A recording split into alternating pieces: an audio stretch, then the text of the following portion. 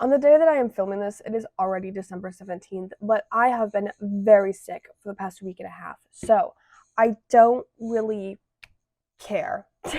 Hello everybody, and welcome officially to my very, very, very delayed 2024 November reading wrap-up. This month was actually really disappointing for me as far as reading goes. I feel like I did absolutely no reading in November, and I really didn't compared to what I've normally been reading. It was not a good reading month for me. But I still want to wrap it up with you guys because I read some really, really, really raved about and talked about books this month, and I want to jump on the train of giving my opinion on it because I just want to. I want to talk about it with you today.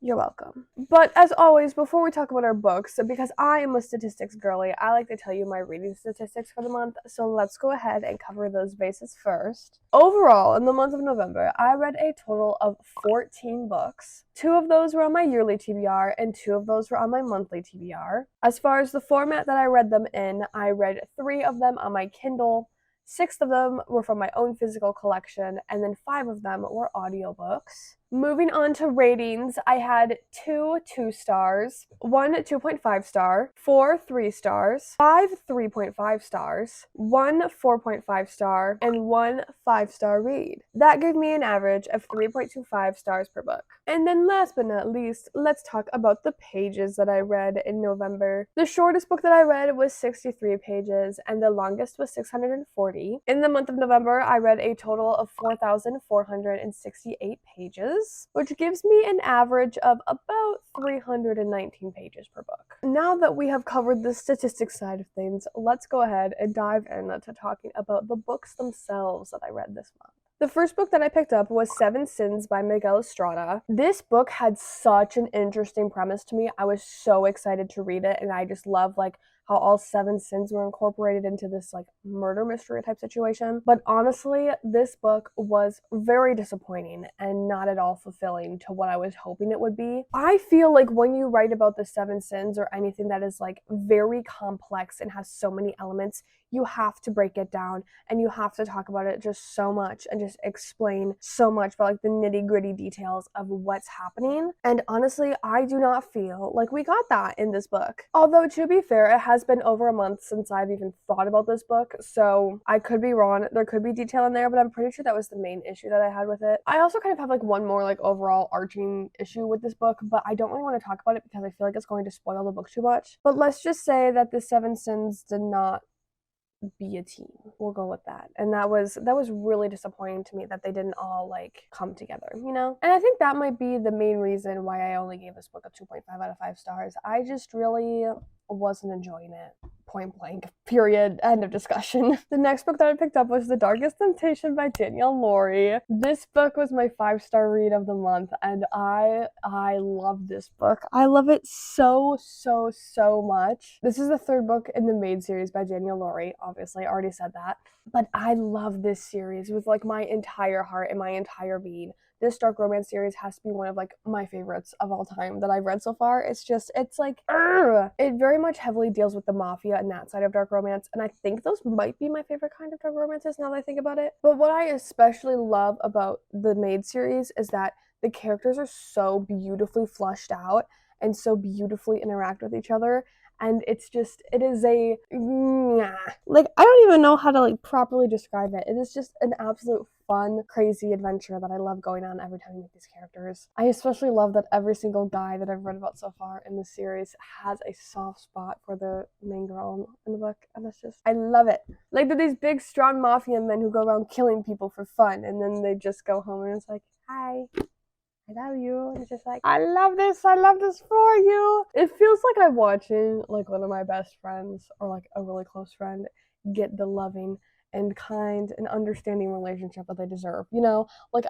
I love the Maid series so much. For the life of me, I cannot remember the main characters' names from this book because I'm not good with names at all. But I do know that this one takes place in Russia. And he has, I believe, 2 or 3 really cute Russian nicknames for her, and it's so good. And this is that book with the iconic line that I'm sure you've seen somewhere, where the guy says to the girl I can't remember their names. Anyways, the male main character says to the female main character, "You're not supposed to take a bullet for me. I'm supposed to be the one protecting you, because she took a bullet for him, and it's just, I love it so much. I really, really hope it's not too much of a spoiler, but that's what got me to read the book, was that line. And 5 out of 5 stars. Please, please, please read The Maid series by Danielle Lawrie. Next up, we have my first physical read of the month, which honestly is one that I don't really have many feelings on, and that is going to be Spectacular by Stephanie Garber. And now that I've said I have no feelings on this, I'm taking that back right now. I have a lot of feelings about this book. This book is like a mini novella after the first 3 books in the Caraval trilogy. For those of you who don't know, the Caraval trilogy is Caraval,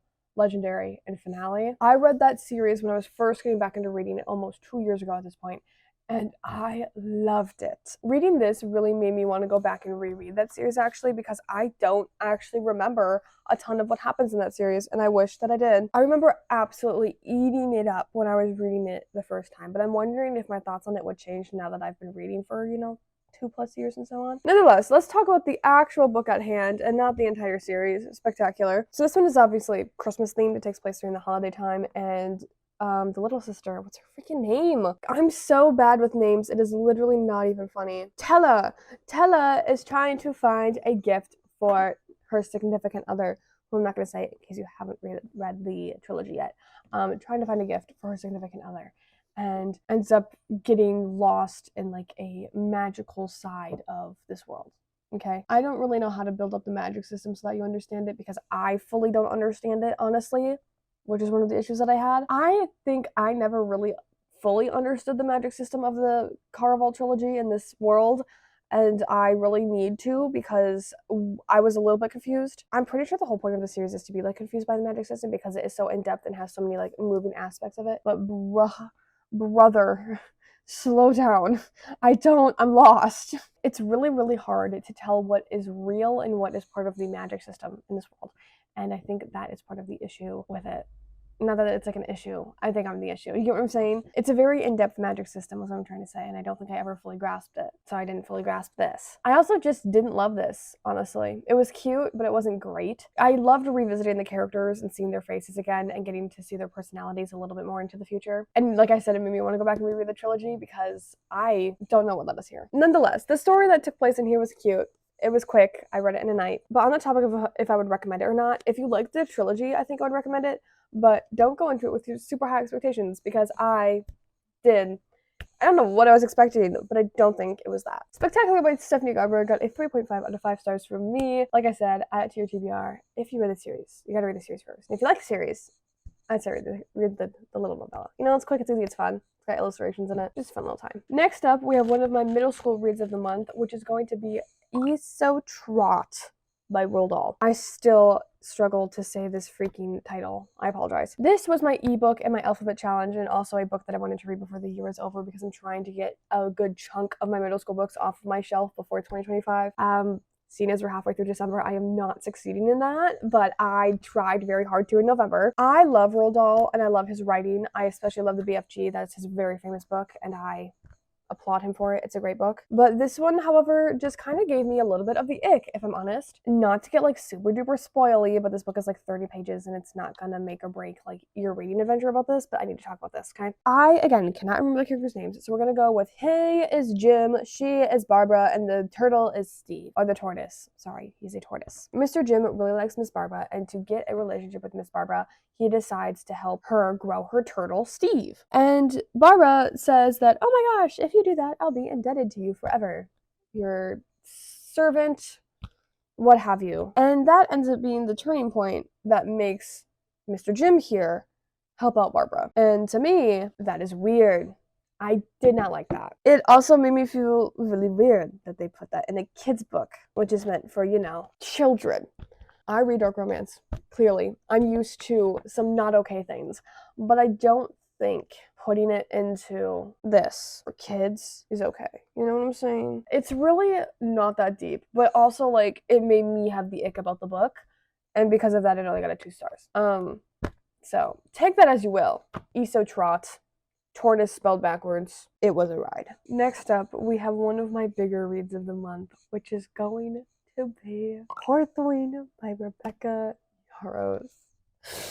Going into Fourthwing, I was scared out of my mind because of how loved this book is. Every single book that I have ever picked up from Book Talk or that's super popular on the internet, I have not liked a ton. And that reflection is on me. And that's a me issue, and I understand that. But that reason is why I was so intimidated and so scared to go into the world of Fourth Wing, because everybody loves it. Well, I don't want to say everybody. Of course, it's not for everybody, but I am actually part of the everybody for once, and oh my gosh, I get it. I totally get it. I read Fourth Wing and Iron Flame, which we'll talk about in a little bit, as audiobooks, and I genuinely am so happy that I did. I know that people are having a lot of troubles in here with pronunciations of names, and when I opened the book to like read along with a couple of parts, I was also like, what?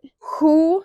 That's how it's spelled? And for that reason and that reason alone, I am so happy I read the audiobook, but also because I connect more to characters in big books when I read the audiobooks. Because when my brain looks at this, it gets too intimidated and it wants to cry and die and never open the cover. Plus, this book is huge and the fonts and me do not know. Just no. So I could not bring myself to read the physical format of this book, but obviously I did listen to it as an audiobook. And again, gosh, thank you, Lord, for letting me read this as an audiobook and just read it in general. Rebecca Yarros knows how to write her fantasies. She knows how to write her romances. I loved this. Front, back, left, right, up, down. I understand the hype. I ended up giving Fourth Wing a 4.5 out of 5 stars, and I didn't not give it a 5-star because I didn't not like it. It just didn't have the 5-star feel to me. I love the characters, I love the plot, I love the relationships, I love the friendships. I indulged this book. I love this book. It's beautiful, and I understand why everybody loves it, but I just don't love it as much as everybody else. Because at the end of the day, this does follow one of those standard fantasy plots. We start off following one person or a group of people that is going somewhere on an adventure. On this adventure, they find out that the world is not exactly what they thought it was, and then they have to cope with having this new perspective, which typically is what leads to there being a series or, more aspects to the one book or an expansion on reality. You know what I'm saying? And I love that plot line in fantasies. It's so good. I eat it up every time. I don't know why, but I do. I just love it so much. And this one was absolutely beautifully done, where I was not pissed off by what was happening. I was not mad that it was like a typical fantasy plot. I was there. I was happy. I was along for the ride, and I binge read the entire audiobook in like a day and a night because it's a really long audiobook, but I loved it. If you ask me if I would recommend Fourth Wing, 110%. Please read Fourth Wing. I know it looks intimidating. Read it as an audiobook. I did. It made my life so much easier. Thank you, Rebecca Yarros, for writing about dragons. I don't know what else to say to you other than thank you so much for existing. Thank you. Next up, I have another really popular book from another popular series, but this one I do not have the same thoughts on as I did Fourth Wing, unfortunately. But that book is going to be none other than Apprentice to the Villain by Hannah Nicole Meyer. I believe I read Assistant to the Villain back in September, and I really liked it. October. I read it in October. And I absolutely loved Assistant to the Villain. If you want to see like all of my thoughts on that, you can go ahead and watch my October reading wrap up. I'm pretty sure, was it October? I'm pretty dang sure I read it in October. I did, because I read it the month before November. January, February, March, April, May, June, July, August, September, October. I read it in October. Took way too long to figure out. Anyways, Assistant to the Villain I read in October. Love it so much. I immediately wanted to dive into Apprentice to the Villain. However, I opted not to, because when I like binge read series that I like a lot, I feel like I am part of that world, and then it makes me have a depressive down spiral that I'm not. And I live in human reality, which I was worried was going to happen if I picked up Apprentice to the Villain. However, I didn't have that reaction because I actually did not like this book that much. Listen. I love the characters. I love the relationships. I love the friendships. It's great. Genuinely, I like it a lot. The plot is okay. I feel like we didn't make a whole ton of progress in the plot, if I'm completely honest with you. And the progress that we did make, I almost feel like it's a little bit redundant because we aren't going anywhere with it, if that makes sense. I guess this book honestly feels a lot like a filler book in between book 1 and book 3. You get what I'm saying? I feel like a lot of fantasies have filler books where you get to hang out with the characters and there's a little bit of plot progress, but they need that build-up time to get to like the main events. At least I'm hoping that's what this is. I did sit down and binge read this one as well because I wanted it to get better and I wanted it to like be one that I was eating up and loving. It unfortunately was not. I did not love it. I liked it. but I didn't love it. Apprentice to the Villain got a 3.5 out of 5 stars for me because, again, I liked it. I love the characters, but I feel like we didn't have a lot of progression, and it kind of just honestly fell flat compared to the first one, if we're honest with ourselves. If I'm honest with myself. Sorry. After reading that, I needed to go back to my wonderful middle school roots and pick up a series that I really liked when I was a kid. And the first book in that series is going to be Swindle by Gordon Korman. That made it sound like I picked up the entire series. I didn't. I did not pick up the entire series, but I did pick up the first one. This, again, is one of those middle school books and series that I've been carrying around for years just because I wanted to finish it and I never did. But I love Gordon Korman. I love his writing, and I especially love this series right here. In this series, we follow a group of preteens who go around and, like, solve mysteries and, like, break into places to, like, right the wrong and stuff like that. It's really just a fun, quick-paced read, and I needed a fun, quick-paced read that I could just slide into for a little bit, and that is exactly what Swindle did for me. I don't think I'll ever not love this series. It's fast-paced, it's funny, it's witty, it's got funny characters, it's got characters who we all are collectively mad at. It's perfect. An absolutely lovely filler read, 3.5 out of 5 stars. I also did pick up one more read to fill that gap of I need a quick in and out book, and that second book is going to be The Poet's Dog by Patricia McLaughlin. The Poet's Dog by Patricia McLaughlin.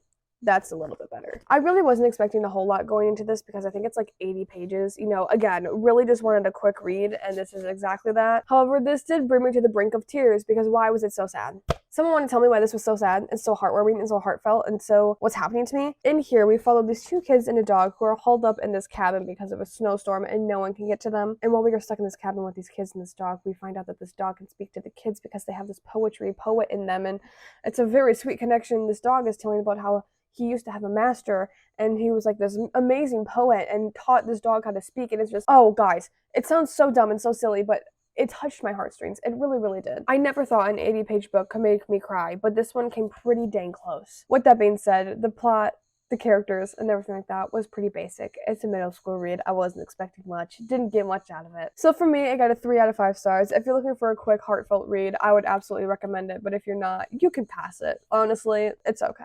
You know what? We need to backtrack in my reading for a second because I totally forgot to talk about the book that I read before Swindle, which is going to be Ward D by Freida McFadden. I so badly want to be a Freida McFadden girly. It's not even funny. So in my quest to become a Freida McFadden girly, I continue to pick up her books in the hopes that I will find one that I like.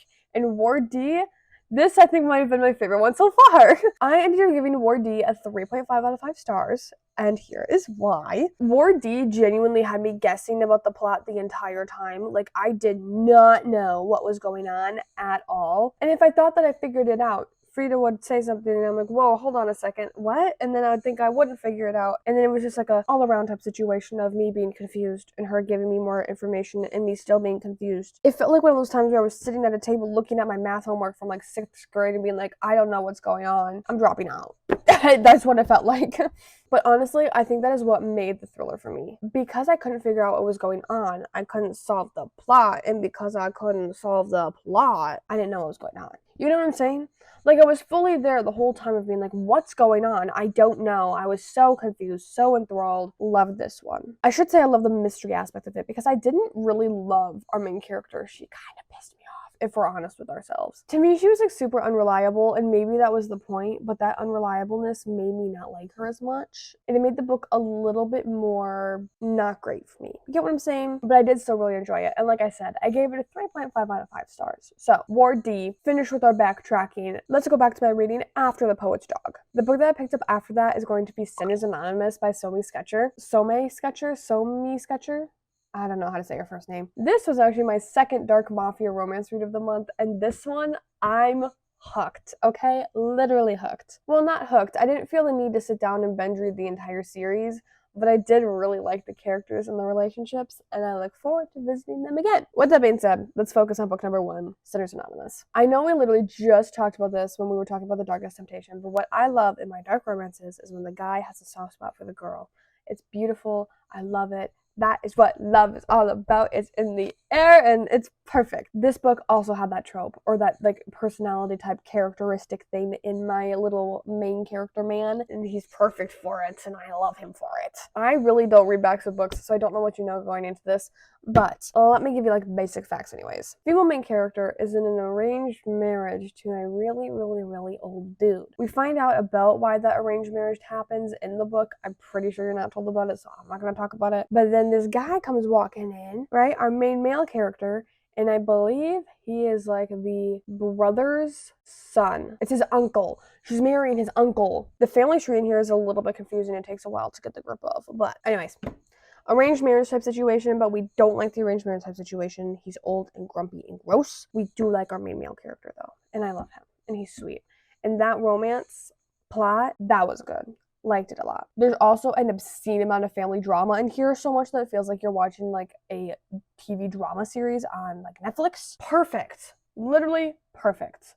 I liked it a lot. With that being said, I give Sinners Anonymous a 3 out of 5 stars. It wasn't an average book. There wasn't like anything crazy about it, but like I said, I do want to revisit the world at some point. I just don't feel the pressing need to as of right now. So let's move on and talk about our next book, which is going to be Zoo Break by Gordon Korman. This is the second book in that Swindle series following those kids who do fun type things, and it's following the same premise as before. This one, they break into a zoo. Get it? It's funny. Zoo Break got a 3 out of 5 stars. I didn't love it as much as the first one. I'll never love anything as much as that first book, because that first book and me were like this, and the other ones and me were like this, you know? Nonetheless, continued reading the series. It was good. You don't need to read it. Read something better.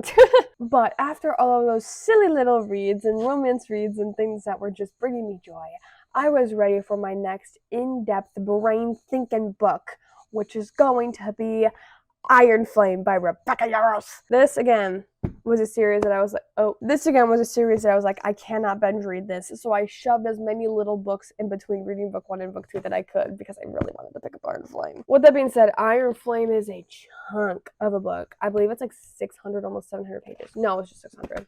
I'm being dramatic. 600 pages of pure dragon romance, relationship, chaos, amazing, wonderful bliss.